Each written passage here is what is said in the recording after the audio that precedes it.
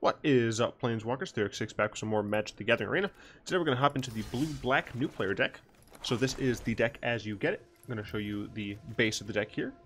It essentially is just like a kind of blue-black mid-range control deck that wants to control the game and to get to something like Tetzimoc or Psychic Symbiote, or just steal your opponent's stuff within Bolas' clutches. It's a pretty fine deck out of the box. The only problem with, as I said, actually, you know what? You see this consistent thing? Not consistent. I've decided to not do the consistency anymore. If you guys don't really care about the DeckTech, go ahead into the description down below, and you'll find links to the timestamps for the individual matches. But the reason I decided not to do the consistent version anymore is because essentially, the consistent version, the new players who are looking at that might still have to craft for it, and I think it would be better if they just crafted for the upgraded version instead. So, consistent, it's going bye-bye. I'm no longer going to include the consistent version. Essentially, my thoughts are the same as always. Try and make your decks as consistent as possible by using 4-ofs and 3-ofs. That said, you're going to see that this deck has a lot of 2-ofs. And this is something I've said in the past with like my Bolas decks, my Muldrotha decks. Sometimes it is actually better to have a variety of effects, but what you do is you have consistent number of effects, but a variety of individual cards. So if you're looking here at the Essence Scatters and Negates, I have 2 and 2.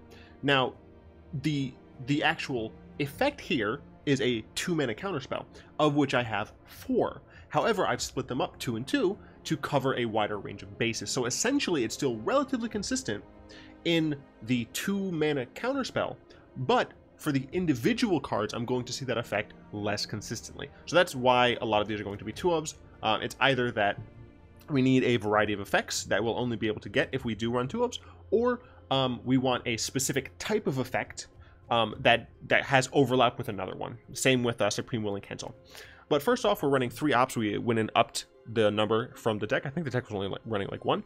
But the reason we're running opt is we want to essentially thin out our deck as much as possible and get to a point where we can just keep playing our good cards. Opt is fantastic for that. It's instant speed. We're able to fix the top of our deck, so like late game, if we're really looking for something, we can find it.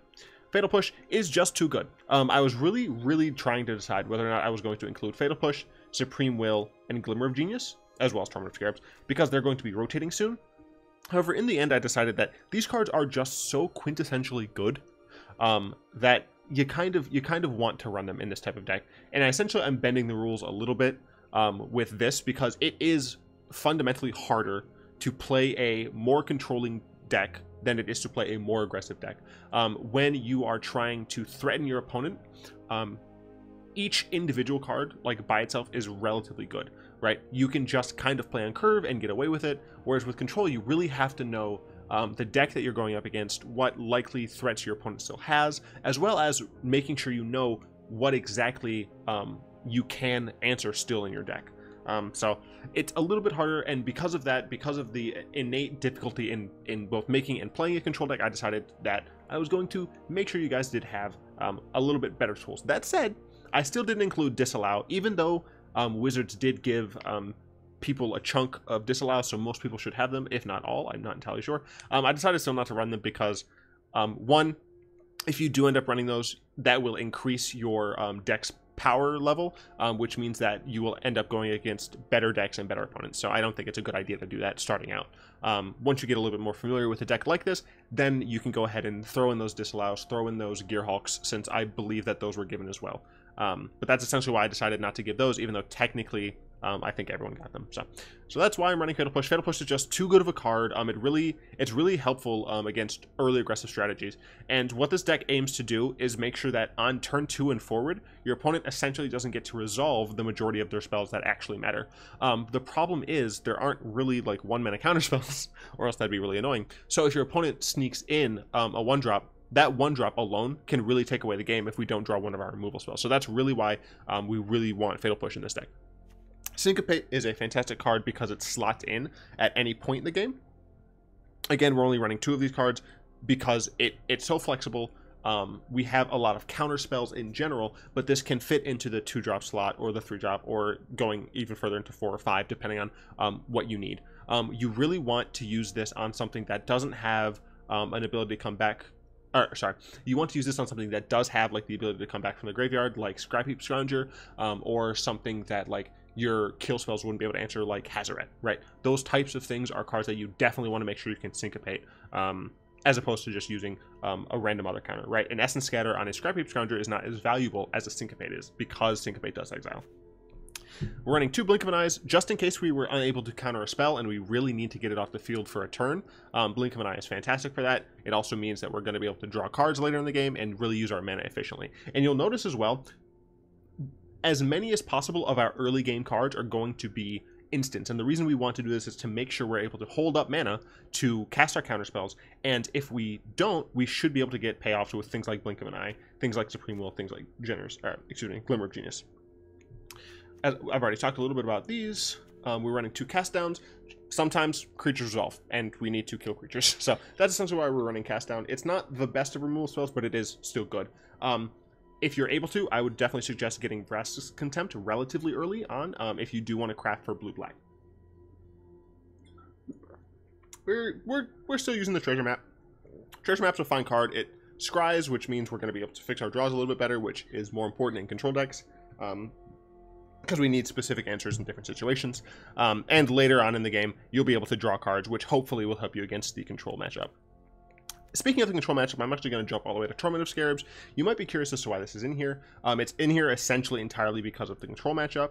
I've said this before, budgeted aggro can do relatively well against non-budget aggro, because the cards that low on the curve are relatively similar in power level. Budget control suffers a lot against actual control, and the reason for this is that the answers that your opponents have are typically just more valuable, right? They're able to do more, right? Disallow is something that can even hit triggers. Torrential Gearhalt is a threat and an answer because it's able to rebuy one of their counter spells or one of their kill spells, so it's very difficult to compete with like a tiered control deck. However, Torment of Scarab is just a very good card against them. As long as we're able to resolve this card against control, they're going to have a difficult time, if they're not in white, getting this card off the board and dealing with either the life loss or the discarding of cards. Your control opponents just aren't going to have the resources available over the course of the game. So that's why we're running Torment of Scarabs. It's just really in there to help you against control, because that's where the deck is going to have the biggest problems. Supreme Will, as I said, is a counterspell. However, it does have diminishing returns later on in the game when your opponent is starting to have excess mana. But it does have a benefit against other counterspells in that it can do something else, right? The ability to, if your opponent's not doing anything, the ability to look at the top card of your draw, top cards of your library, and filter your draws to get something you specifically need is very, very valuable. That's why I decided to run this card, even though it's going to be rotating soon. Cancel is just a catch-all counterspell. Obviously, this should be Disallow. The only real difference between this and Disallow is that Disallow can hit abilities instead of just spells, which will come in, like, it does come in handy from time to time. However, the main purpose of this is to be able to hit anything, right? And this is because this is able to hit anything, you should use your other counterspells first. These are the lowest priority counterspells because they're very narrow, right? So if your opponent is casting a non-creature spell now, it's much better to cast Negate than Cancel, even though Negate costs less, so you might be able to slot it into more situations. Negate is only able to counter certain cards, whereas Cancel can hit everything, right? So you do want to save your cancels to make sure they can hit anything. Golden Demise, one really important part about control decks that this deck is kind of lacking is board wipes. The reason for this is that control decks usually operate on a one-for-one basis until they're able to get into the later game, where they'll be able to outvalue your opponent with things like card draw. However, because of this current format, as well as this being a budget deck, you don't really have great options for board wipes. So Golden Demise is kind of what you have to go to. It does work against the lower end creature decks. However, you will find that this card does get outclassed relatively quickly. It's one of the cards I would suggest getting rid of as your deck's power level starts to get higher. As you are able to start running Vraska's Contempts, as you're able to start running Scarab Gods, Torrential Gearhulks, Disallows, as you're more comfortable with the deck and more able to keep your opponent off of a large board, you'll need Golden Demise less and less. And because we're not running like almost any creatures, we're almost never going to have to deal with that. We do run Chupacabras that would die to this, but that's almost never going to happen, and Chupacabra essentially is just a removal spell. So since we're talking about Chupacabra, let's talk about Chupacabra. It's a kill spell. It's essentially Vraska's Contempt here. It doesn't hit Planeswalkers, but it does destroy pretty much everything. It doesn't exile like Vraska's does. However, it's just a catch-all destroy creature, right? Cast down doesn't hit legends. This does, right? My suggestion is you can take this deck 2 routes, which would also include the Hostage Taker, is kind of a blue-black mid-range control that runs more creatures, things like Chupacabra, things like more Hostage Takers, Scarab Gods, and Glintsley Siphoner. Or you can take it the more control route. You would stop running these. You would instead run Vraska's Contempts, things like Torrential Gearhulk, and more counterspells, and better high-end answers like, well, still Scarab God. Awkwardly, Scarab God is just a good card.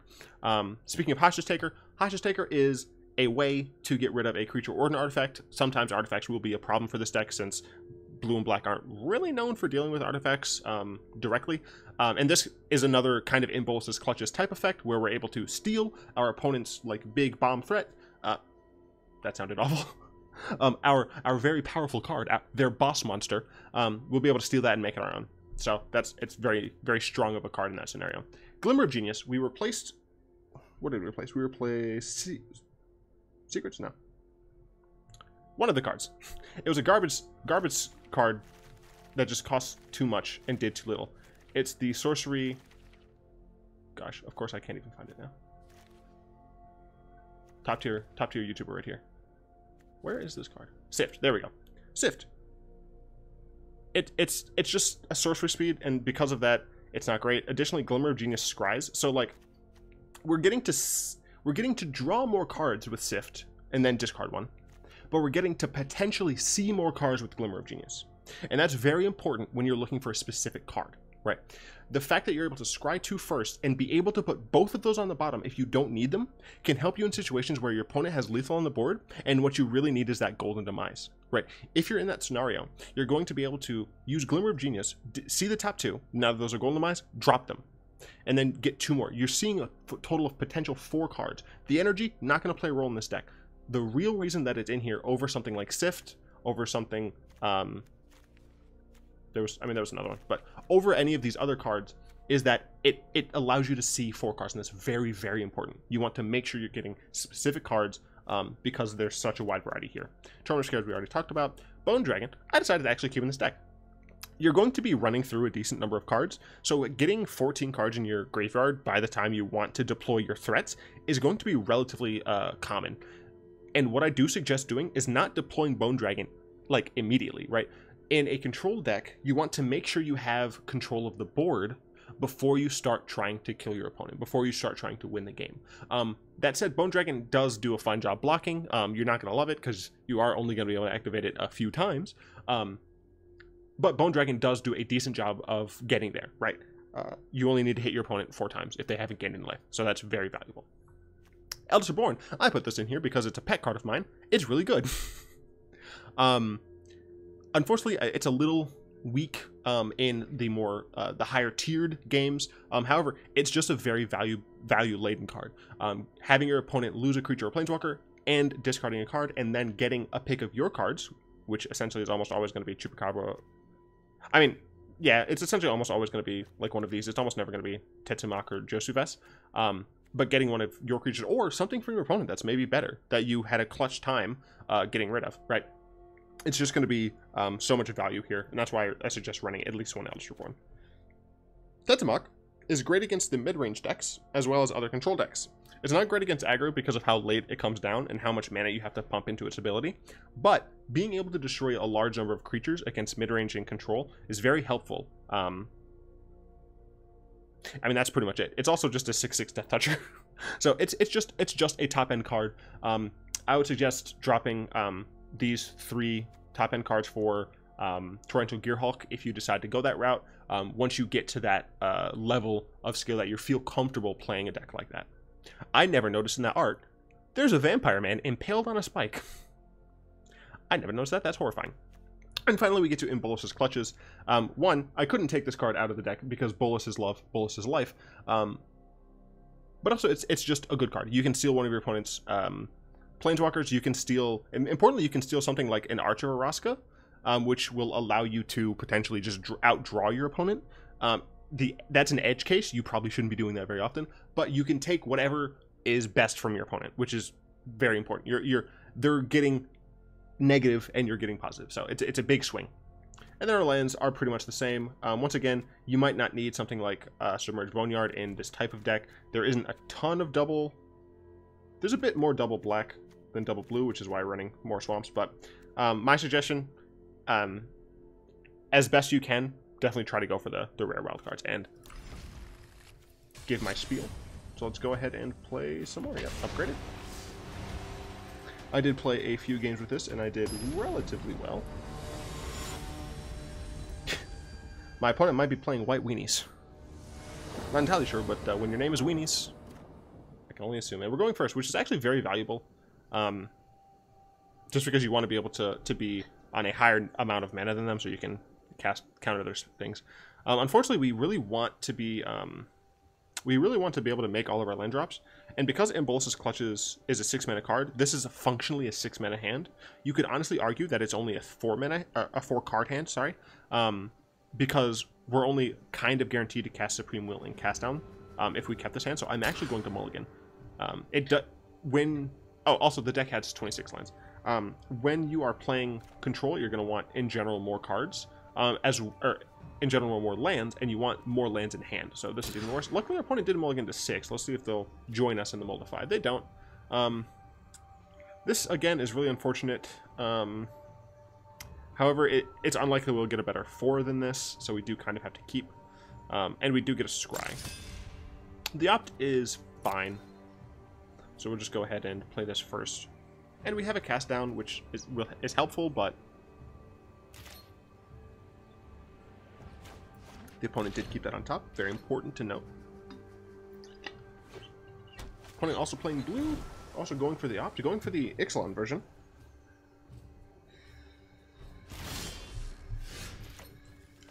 Alright, and we can opt at the end of their turn. We're really going to be looking for a land here. If it's a land on top, we're almost certainly going to keep it. If not, then we should definitely get rid of it. So our opponent might also be on some form of control. That's a big no. We do not want that card. We really just want to run like lands. Negate is good here. Very unfortunate that we weren't able to do anything, but Negate is helpful. Got a land. That's nice.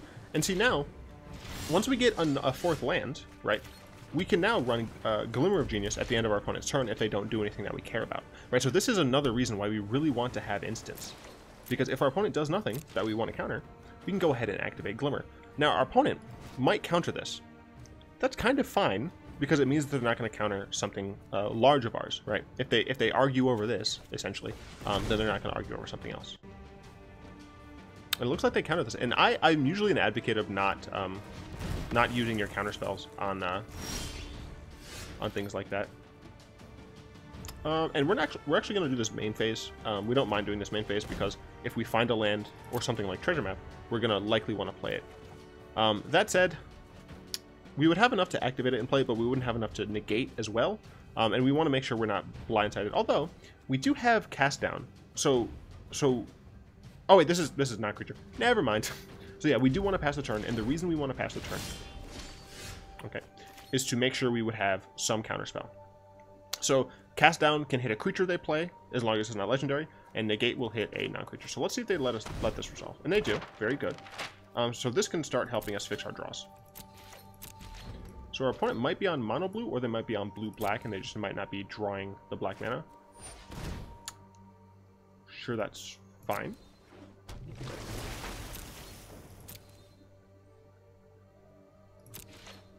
And we might as well... we're actually not under too much pressure, so I'd rather just use Treasure Map here. And what we want is lands. Opt is also fine, I guess. So we're going to opt here first. Hostage Taker is actually, like, kind of good. Because if our opponent gets to resolve something that we don't like, we can get rid of it. Taking 2 here is totally fine. We want to keep our cancel up just in case they play a creature that we don't like. Oh, it looks like they're playing wizards. That does make sense since we saw wizards retort from them, and this is a wizard. We don't need to counter this at this current point in the game. We can honestly even double Tetzimoc here, except this is a sorcery speed. Yeah, it's annoying.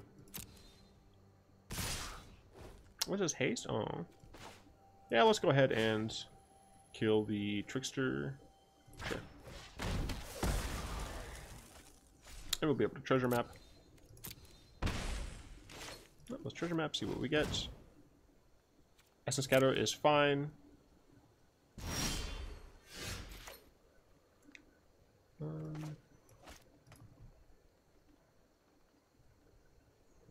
Yeah, I mean, we're still in a fine position here, honestly. Let's go ahead and activate treasure map. We don't need Josu Vess. But this gets us mana, potentially. Yeah, I mean, essentially, we just, we're fine passing the turn. 2 more damage is not going to kill us. We're still at 18. We're not under a ton of pressure here.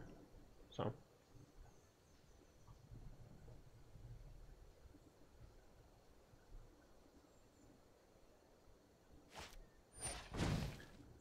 Alright, so he gives it first strike. That's totally fine.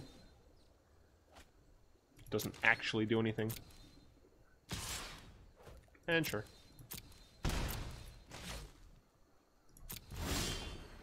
Fatal Push is fantastic. We can just Fatal Push this. Let's draw first. You usually want to give yourself as much information about the situation as possible, so that's why we ended up drawing first and got a swamp. Let's see. I think we're going to go ahead and use this on their turn during their upkeep. I think we have to go into full control for that.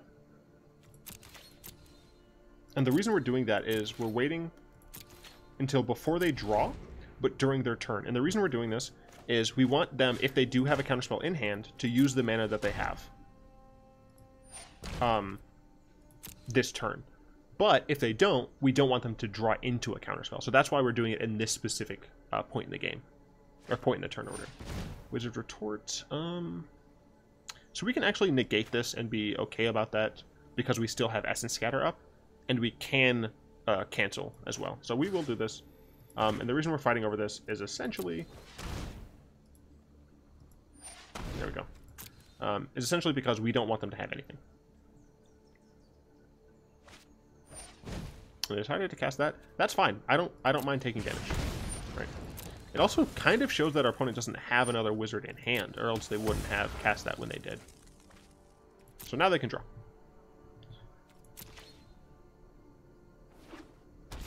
Cool. And they didn't have a creature, which is fantastic. Let's go ahead and draw. So this is doing exactly what we wanted to do, which is very good. And we drew a card that can draw some more cards. We still don't need to commit to anything. This is, I mean, that's another reason that this type of deck might not be best for new players, because it might feel very boring. I'm used to playing this type of deck. Let's go ahead and Essence Scatter that. Yeah, go away.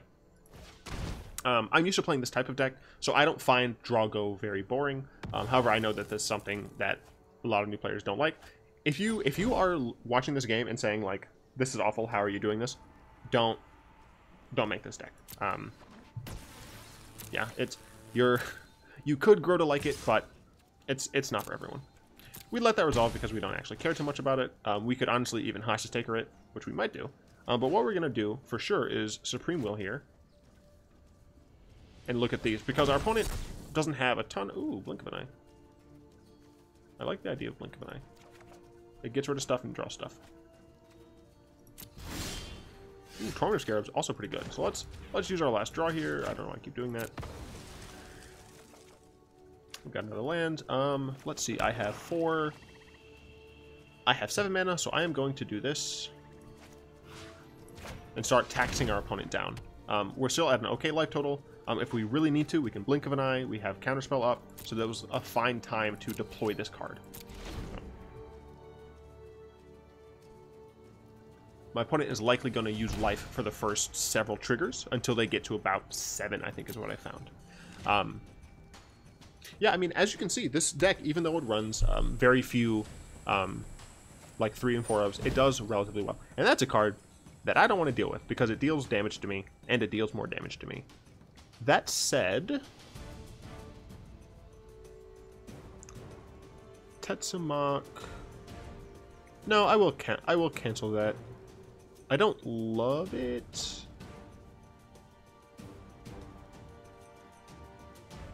Yeah, because this deck doesn't have life gain, I will cancel that just because I don't want to go below a threshold where burn can kill me, right? So, because I'd be at 7 at that point, and I don't love that, so. Here, I think I will... I could Hostage Taker it. Or I could just play Bone Dragon. Yeah, I'll just play Bone Dragon. So Bone Dragon can block this.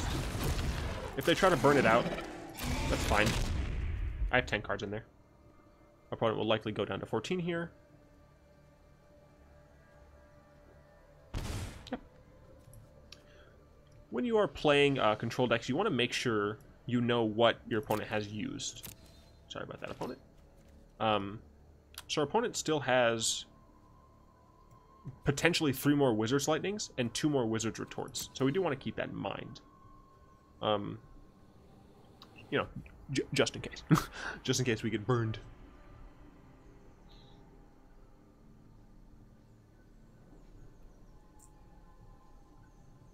And since we have Memorial to Genius, we do have potentially more cards than our opponent here. Adeliz has flying, but we can either blink of an eye if stuff gets annoying, or we can just block it if we have to, right? So we don't mind that.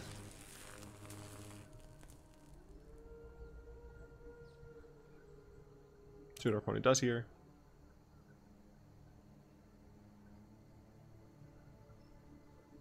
Looks like they're targeting this. Maybe. Creatures you control get first strike. Sure. At this point, I am going to blink. This one. So this will become a 3/3 first strike because the trigger's already on the battlefield. But they won't be able to get another buff from Adeliz. Never mind. They played Adeliz again. So that's something you should also note is when your opponent has played a land. Our opponent could have played Adeliz again, but just chose not to, which is fine. Here, I would much rather just block. Even if our opponent's able to kill Bone Dragon with a burn spell, I would rather that and just have to cast it again. So yeah, let's do this. This kind of shows that they have a Wizard's Lightning here, because this does have first strike, so they can kill this. But that's 3 damage, that's 6 total damage that I'm not taking to the face, right? You really do, against decks that run burn, you really need to make sure you're not dying to burn. So let's go ahead and play this Chupacabra here. Kill this off. Luckily, they only have three total cards next turn for Adeliz, but we will be able to play Bone Dragon. This does come in tapped, which is unfortunate, but our opponent is... I assume going to 11? Yeah, so our opponent's taken 9 from me essentially just holding down the fort. Let's see if our opponent can burn us out with a flyer.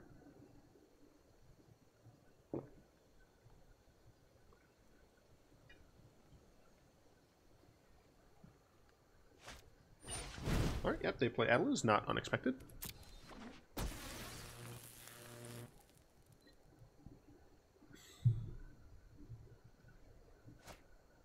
Ooh, see, if we hadn't have blocked, we would have died to Wizard's Lightning. So here, we're going to probably go to 3, but that should be the last Wizard's Lightning. Let's see, 1, 2, 3, oh no. Okay, so yeah, so we are in a bad spot. I can't block. I'll do this anyway, because it doesn't actually matter. I currently don't have any ways to get stuff back, but if you did, you would want to make sure that you're getting rid of cards that you're likely not going to need if you're running things like Gearhulk or Scarab God. So if our opponent has the last of the Wizard's Lightning, that'd be 4 cards in the top 50%. So that'd just be unlucky. The fear is real. Wow. Okay. Yeah. I mean, the thing is, right? Sometimes that just happens. I do think that we were making all the right decisions, but unfortunately, things like burn will get you. You know, We decided very early on we didn't want to go past a certain threshold of life, and unfortunately, we didn't choose a high enough threshold. Going now up against Shuriel 19. Sure. And this is a fine hand, especially since we're going first. We'll be able to hold up Opt and Syncopate on our second turn, as well as Syncopate on our next turn. And if our opponent is going wide, we have Golden Demise. So this is fine.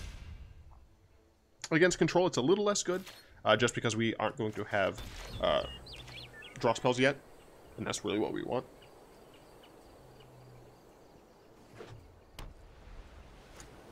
Looks like our opponent is likely going wide.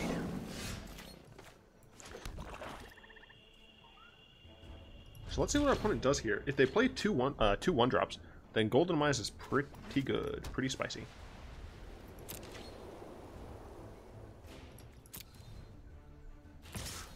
Just stacking first, sure, that's fine.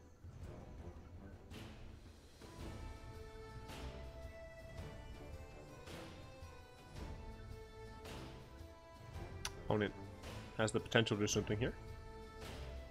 Okay. Alright, they didn't do anything, which means we can opt.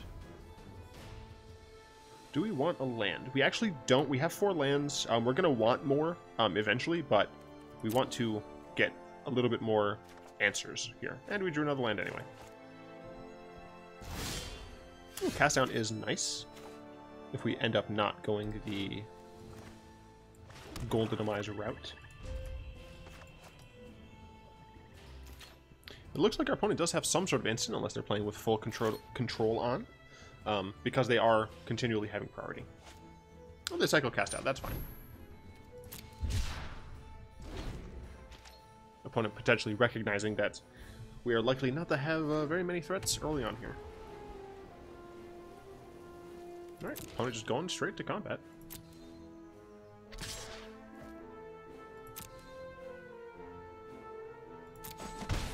See if our opponent decides to play anything here. That is something that we can't kill with Golden Demise, which means it's something we're going to go ahead and say no to.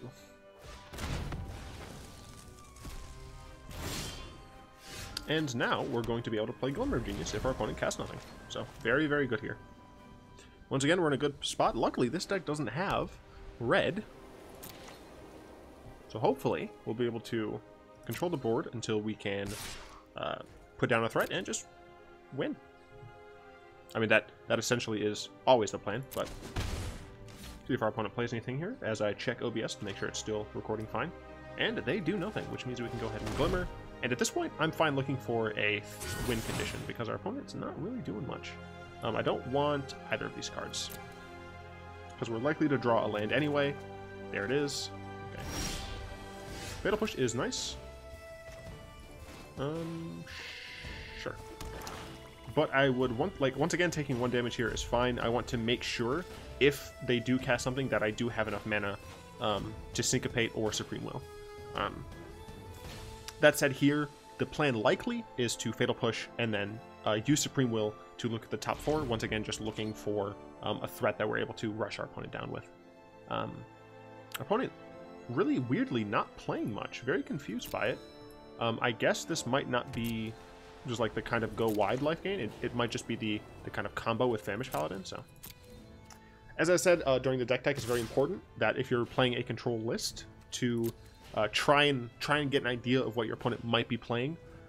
Sometimes that will salt your ideas of sequencing and things like that. But for the most part, it's good practice to make sure you're playing around cards that your opponent is likely to have. I mean, our opponent is doing like actual nothing here, and that does scare me.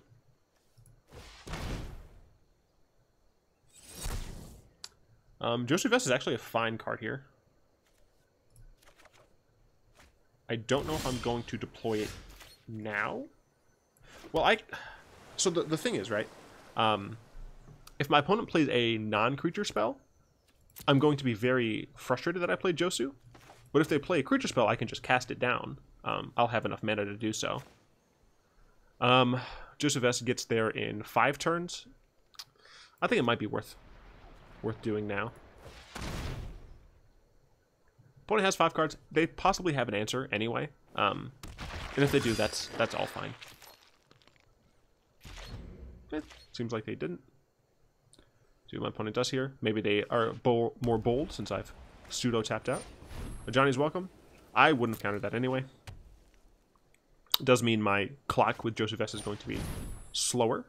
Unfortunately, can't syncopate this. Which means Josu Vess goes bye-bye for now. So yeah, it looks like they just have a lot of answers in hand. Yeah. I have a Chupacabra. I'm going to save the Chupacabra and just pass the turn. I have a lot of removal here, but not many threats. So our opponent, if they are on like the kind of combo plan, they're not likely to be able to do it. I have a lot of removal. Hostage Taker is another good piece of removal. I will probably Memorial to Genius at the end of my opponent's turn here. Just because I'm likely to draw another land, and 6 is all we really need. Our opponent kind of getting flooded out, actually. Resplendent. I cannot syncopate that, but I can just cast it down since it is not legendary. That's fine. Let's see if my opponent tries to waste some mana. Nope. Let's go ahead and cast that down.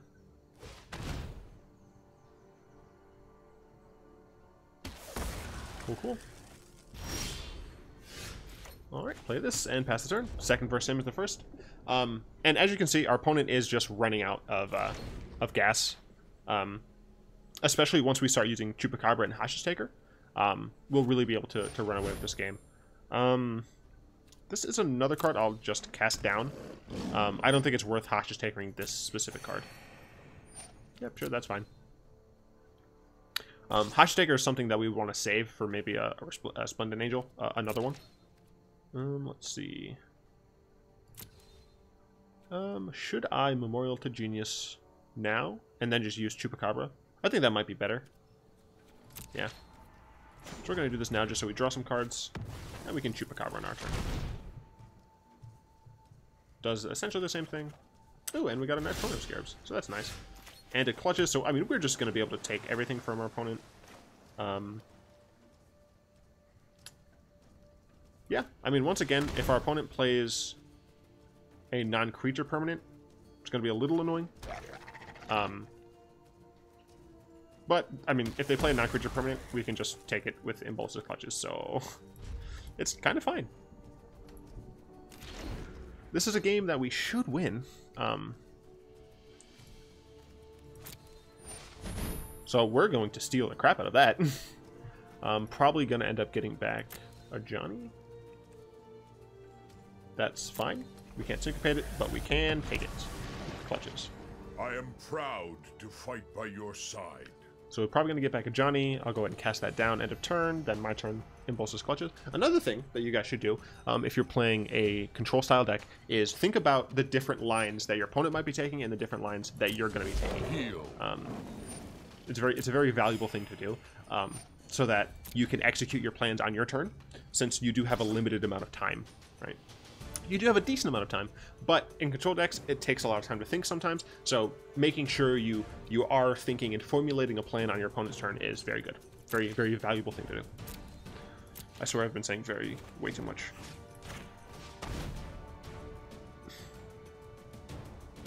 So I could just kill their Johnny, but I love the idea of stealing it. Yeah, I love the idea of stealing it. I'll take that, thank you. Especially since if my Chupacabra dies, I can minus it to get it back. Deliver us to victory. But this can start attacking my opponent. White is not known for their seal away. That's fine. Sure, I don't actually care. White's not known for its haste creatures, so I don't really have to worry too much about a Johnny. Next turn, I mean, Syncopate essentially is like lost its value now, since our opponent has more mana than we do. Next turn, I'll likely just Torment of Scarabs. That's fine. I could even Golden Demise if I really want to. because our Golden Demise is unlikely to hit too many things. I will Torment of Scarabs. Yeah. Target you. So they're just going to have to start dealing with this. And even though they have Lifegain, it's not going to be great. I could save the Golden Demise. Yeah, I mean, if he just targets a Johnny, it's just going to be like 1-for-1 each turn. See in yourself what I Yeah, see. I think that's fine. If I have to, I can just like blink of an eye something, right? I could blink of an eye the seal away to get back Ravenous Chupacabra to kill this. Oh, decides to get rid of another seal away. That is interesting. Pride mate. Sure. Sure. So I will probably...